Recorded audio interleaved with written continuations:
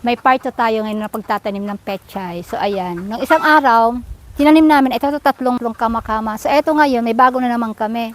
May 3 na naman, kasi 4,000 seeds pala yung aming nabili na ito o seeds. So ayan, magtatanim na kami.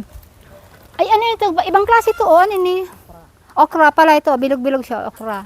O yan si Pa o, nagagawa na naman siya ng kama-kama niya o. So ito, ay maraming tanga.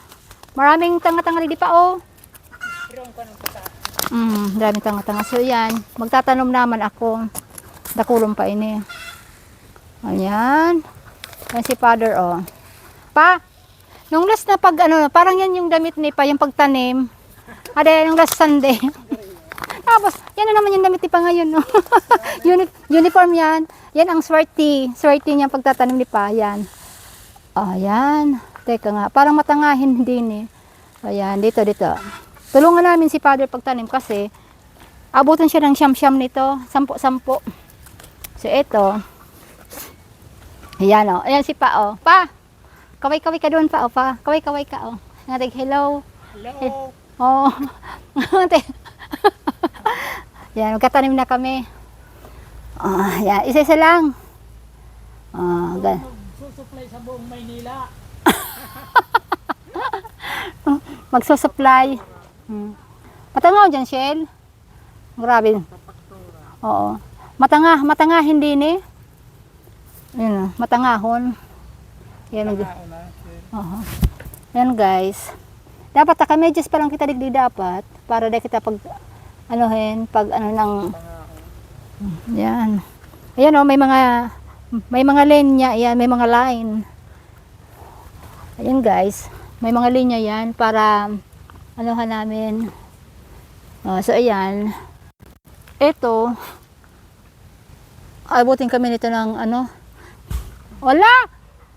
May niyog na takdag. Lumbod. May nagsanggot. May nagsanggot. Pwede mahagad kaming lumbod. May nagsanggot na buko. Agad naman kaming buko.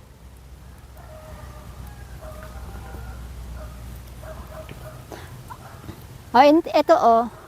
Dapat matanggal to. Delicates ini. Delicates. Ini oh. Delicates yan. Yan. Nagdilig na naman si Pa oh. Yan yung mga bagong tanim namin. Pangalawang best na pagtatanim namin kasi ito yung una. Ayan oh. Tingnan niyo. Ayan oh. Ayan oh, buhay na yung mga buhay na pa yung mga tanim pa natin pa nung Sunday. Nabuhay na. Oh, tingnan mo. Ito ko yung mga parang magkakamukha sila pa ng ano yan oh, yun oh. Di kaya nalaglag yan pa. Ba man? Ayan, tingnan nyo oh. Nabuhay na yung mga tanim namin dyan. Pakita ko sa inyo. Ayan o, yung Sunday. Oh. Ayan o, dilig na naman si Pa o. Ang ginagamitan namin ng pangdilig ng tubig ay yung sprayer kasi para hindi magburulos sa mga ano. Oy, ano ito, Father? Ayan pala yung mansion namin ba? Ayan, hindi ko natapos kasi wala na ano.